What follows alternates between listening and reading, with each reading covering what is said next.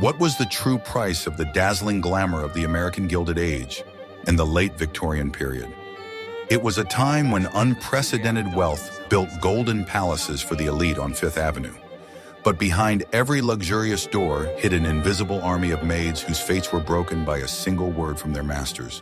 We are used to seeing only ladies in silk and gentlemen in tuxedos shining at balls.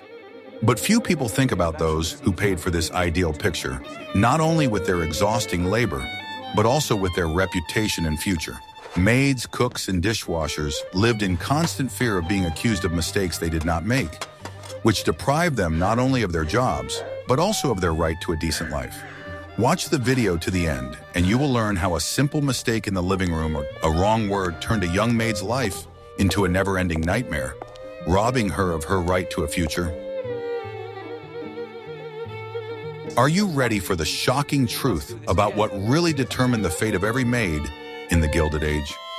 The most important document in the life of a servant was the so-called character reference or letter of recommendation, which was issued by the previous employer upon dismissal.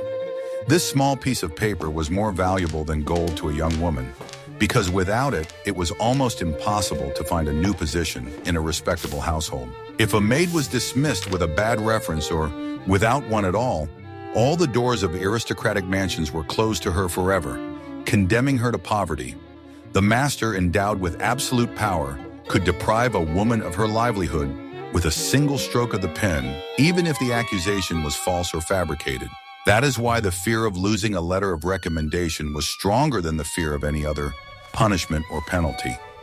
Any maid could endure humiliation, overwork, and deprivation, but she would never risk provoking her master's anger to such an extent that he would refuse to give her this coveted document.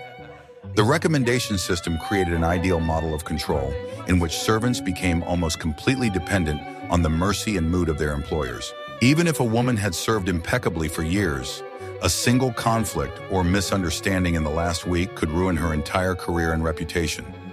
It was a weapon of power that was used to destroy lives without resorting to physical violence, but causing much deeper and more devastating damage. Rumors about a maid who had been dismissed without a reference spread through the closed world of servants with astonishing speed and became an indelible stain on her honor. Other families were afraid to hire someone who might be involved in theft or dishonesty, even if there was no evidence of it. Thus, a letter of recommendation became not just a reference for work, but a kind of sentence that could either open the way to prosperity or close it forever. Refusal to issue a reference was tantamount to publicly declaring the maid a thief or a liar, which in those days was a fatal stigma. This recommendation system was worse than prison, as the punishment was eternal, non-appealable, and deprived a person of their future. What do you think about such unfair and absolute power of employers over the lives of their servants? And is something like this possible in the modern world, where reputation also plays a huge role? Write about it in the comments and be sure to subscribe to our channel so you don't miss other stories about the invisible victims of luxury. What if I reveal the best-kept secret of wealthy households? How did they manage to always remain flawless in the eyes of society? The answer is simple. They always found someone to take responsibility for any failure, mistake, or secret, and that person was almost always a maid. The luxurious facade of the Gilded Age had to be perfect, and any breach of it required immediate correction and, most importantly, the appointment of a culprit. An unsuccessful investment by the master, which he did not want to admit to his wife, or a secret letter left by the mistress in the wrong place. All this required a silent and convenient scapegoat. Blaming the maid was the easiest, quickest, and safest way to preserve the family's impeccable reputation and avoid awkward explanations or public censure. For example, if an expensive antique vase was broken in the dining room, which could have been the fault of a clumsy guest or even the hostess herself, the blame was immediately placed on the dishwasher or the junior maid. This allowed the incident to be instantly hushed up, showing the guests and the rest of the servants that order had been restored in the house and the culprit punished. No one dared to question the word of their masters, and a maid who tried to justify herself only made her situation worse. Maids often suffered because they had to hide their employer's personal mistakes or family secrets. If the lady of the house tore up an important letter in a fit of rage or forgot about an appointment, she could simply declare that the maid had lost or damaged the document. The internal tragedy and tension that reigned in the mistress's golden cage often spilled over onto the most defenseless members of the household staff. Shifting the blame onto the maid meant not only avoiding punishment, but also confirming one's high social status, since gentlemen could not be wrong. This practice created an atmosphere of constant suspicion and fear among the staff, where everyone understood that their fate was in the hands of their employers, who could sacrifice them at any moment for the sake of their own peace of mind. The perfect order and cold impeccability of a wealthy home came at an invisible cost to someone, expressed in the broken careers and reputations of young women. The maid, being at the lowest social level, had no means of self-defense and was doomed to silently take the blame for the mistakes of others. Do you think this was a cynical and cold-blooded calculation, or simply a manifestation of weakness and cowardice on the part of the masters, who did not want to take responsibility for their own mistakes and maintain the illusion of perfection at any cost?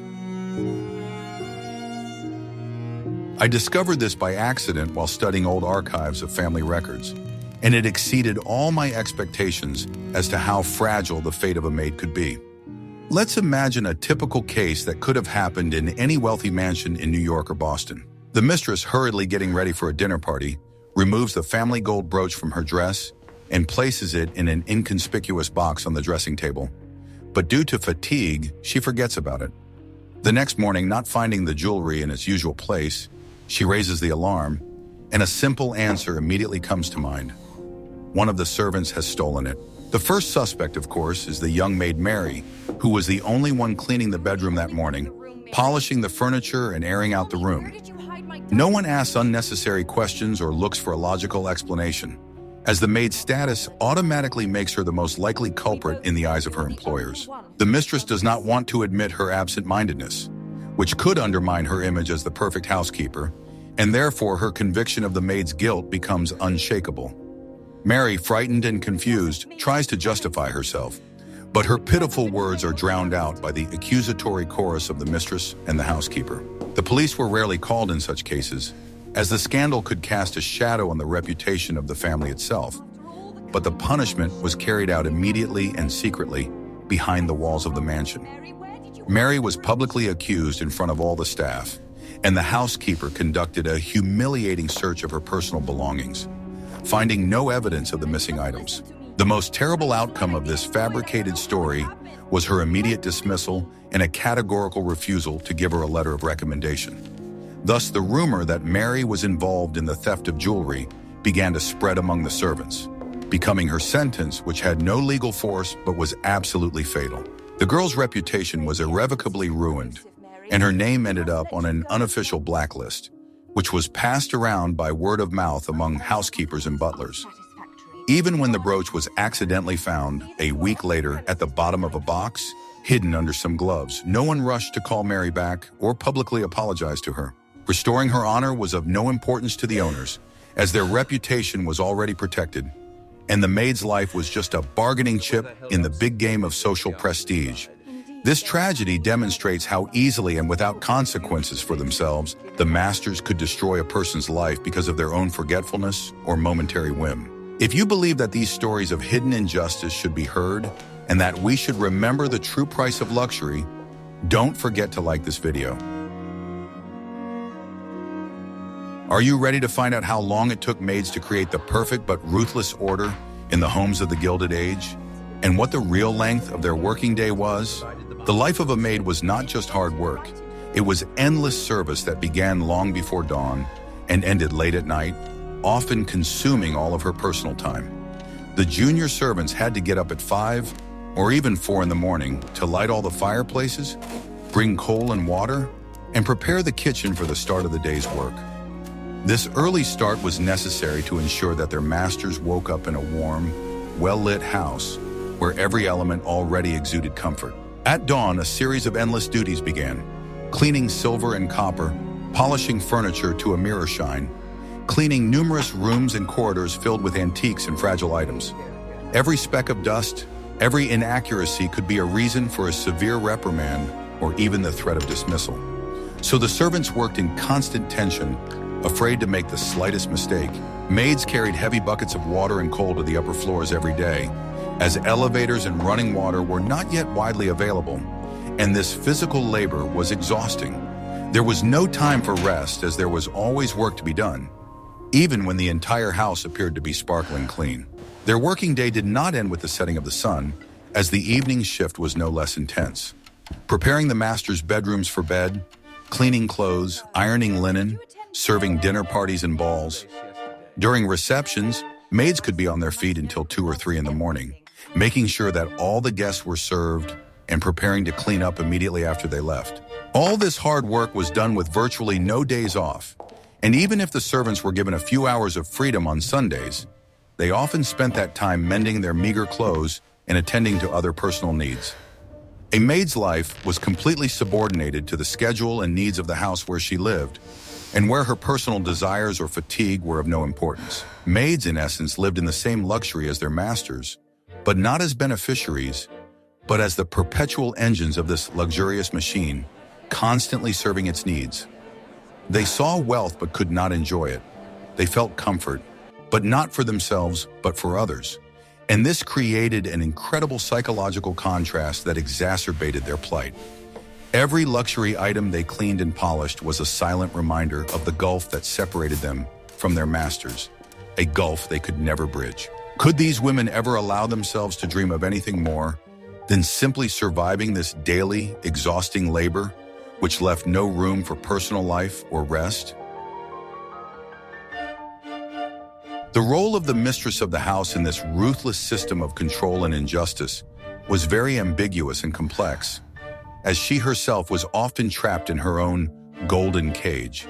Surrounded by wealth and outward comfort, these ladies were under tremendous pressure from society, their families and their husbands to behave impeccably and maintain prestige. Their own mistakes, whether minor financial missteps, failed romantic affairs, or simply a desire to avoid conflict with their spouse, had to be carefully hidden from prying eyes.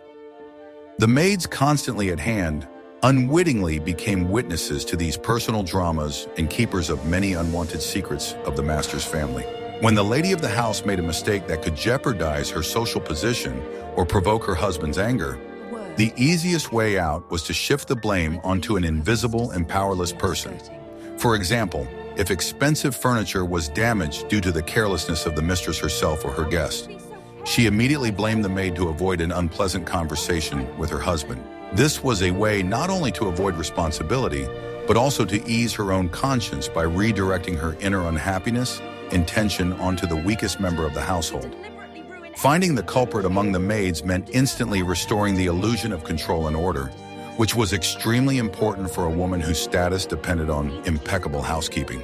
For many housewives, servants were not people, but rather functional appendages of the home, like furniture or dishes, and their dismissal did not cause any moral anguish. This revealed the full depth of social inequality when the lives and reputations of the lower classes had no value in the face of preserving the image of high society. The mistress, herself a victim of patriarchal and social norms, projected her unhappiness and frustration onto those below her in status, thus becoming an unwitting but active participant in an unjust system. Thus, even in the hands of female employers, the letter of recommendation became an instrument of oppression and protection of one's own social position. Servants who knew too much about family problems or the shortcomings of their masters were in double danger, as they could be dismissed simply for taking secrets out of the house. A maid who witnessed a family quarrel or a secret meeting could suddenly find herself out on the street for no reason, but with a bad reference to boot. This ruthless tactic was designed to ensure complete silence and prevent the leakage of information that could damage the prestige of a wealthy family. The system was designed in such a way that even innocent knowledge could lead to a fatal accusation, dooming the maid to ruin. What I am about to show you is banned in 12 countries. How, in a single word, an entire life was destroyed in an instant, with no possibility of defense or appeal. The moment of dismissal, especially dismissal without a recommendation, was the most dramatic and decisive moment in a maid's fate, leaving her no room for error. The process was devoid of any formality or compassion, often happening suddenly and for the most trivial reason, which in the eyes of the masters seemed catastrophic. The owner or manager simply announced her immediate departure, giving her no time to pack and accepting no excuses or explanations. A maid could be thrown out onto the street on the same day with her few belongings, without even being given the opportunity to collect her earnings or contact anyone she knew. This was done in order to minimize any scandal and remove the undesirable element from the ideal world of the mansion as quickly as possible. Maids were often denied full payment, accused of causing damage, or attributed with fictitious debts for damaged uniforms or dishes. The woman would find herself on the street without money, without housing, and, worst of all, without a document confirming her integrity. Dismissal under the article, even if it was just a fabricated lie, automatically put the maid's name on an unofficial blacklist of servants, which was more powerful than any official registry. Other housekeepers and managers, upon learning about a problematic maid, did not risk hiring her, fearing the wrath of their own employers. Thus, even one careless word spoken in the heat of the moment by a wealthy employer became an indelible sentence that haunted the maid throughout the country. This unfortunate girl had no way to justify herself or prove her innocence, as her word meant nothing against that of an influential family. For the masters, it was a routine, everyday process with no emotional significance. But for the dismissed woman, it was the collapse of all her life plans and the end of her hopes for a decent future. She lost not only her salary, but also her roof over her head, her stability, and the opportunity to get married, as her bad reputation put an end to her personal life. In a large and indifferent city where poverty reigned, such a girl found herself on the brink of an abyss, from which new circumstances and a lack of support could push her. How could a young girl survive in a big city without a job, money, and, most importantly, without hope for a new recommendation, in a world where her only value was her impeccable reputation? Even within the world of servants, which seemed to be united by a common fate, there was a strict hierarchy that often became a source of additional injustice. At the top of the domestic staff were the housekeeper or butler, who were the chief stewards and reported directly to the owners of the house.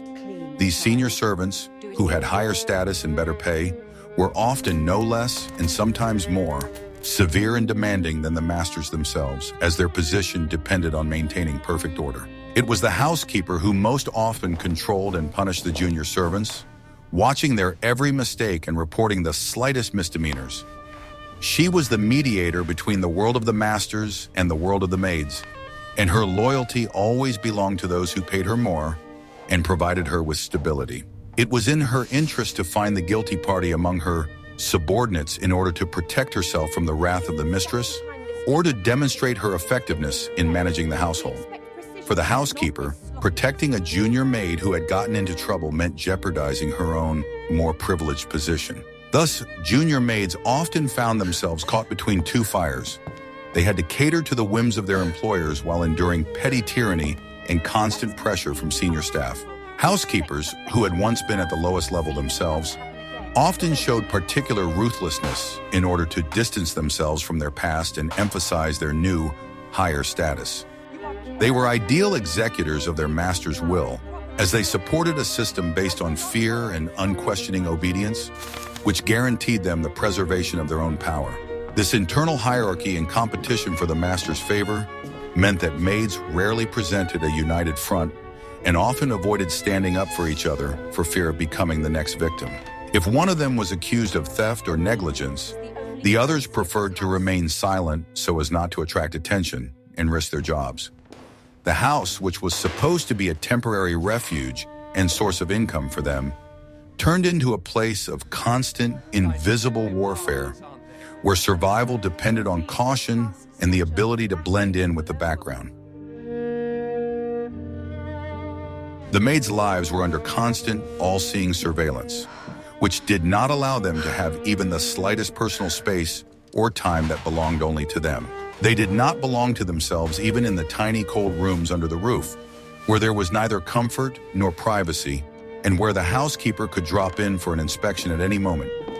The feeling that their every step was being watched, that their every breath could be interpreted as a misdemeanor, was part of their daily psychological burden. This observation was not only physical, but also social. Any misstep, any hint of a personal life or romantic interest could be reported to the owners and lead to immediate and shameful dismissal. It was believed that a maid should devote herself entirely to the house and her work, and personal interests and feelings were seen as a distraction and a potentially dangerous factor.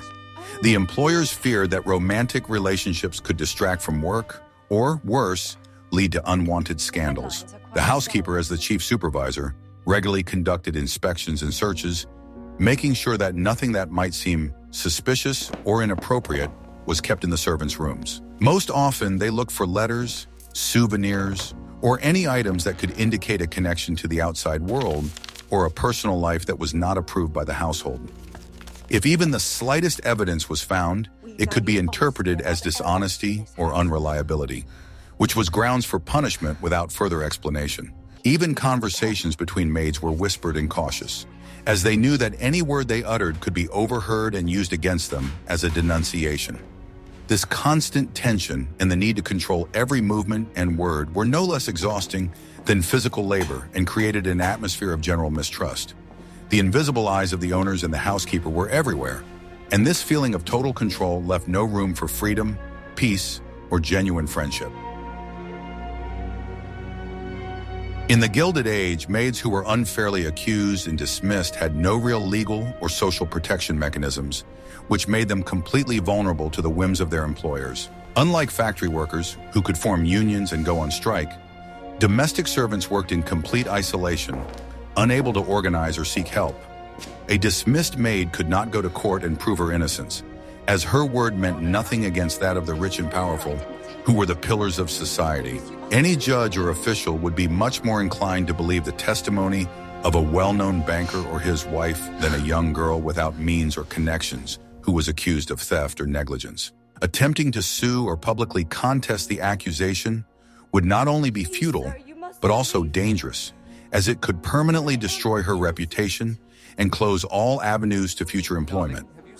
For a maid, silence and acceptance of her bitter fate was often the only reasonable choice, as any resistance only exacerbated her situation in the eyes of other potential employers. As a result, the system of injustice thrived precisely because of this impunity and lack of accountability on the part of the masters. They knew that they could dismiss a person for a bad mood, personal revenge, or simply to cover up their own mistake and suffer no consequences. The letter of recommendation was the only barrier protecting the maid, but it was also her greatest vulnerability, as it could be taken away at any moment. This situation created a profound social problem, where the law and justice only worked for the rich, leaving the lower classes completely unprotected. The maid's life was the guarantee of perfect order in the house, and this guarantee could easily be cashed in the event of any unforeseen situation or threat to the family's reputation. The invisible victims of the Gilded Age were left without a voice and without the right to appeal.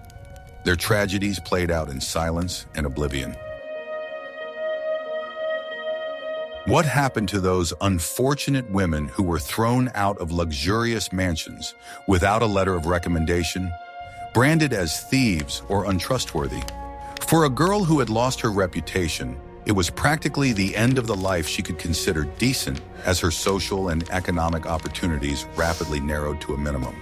They could no longer find work in a decent household, which was the most stable and secure source of income for a single woman.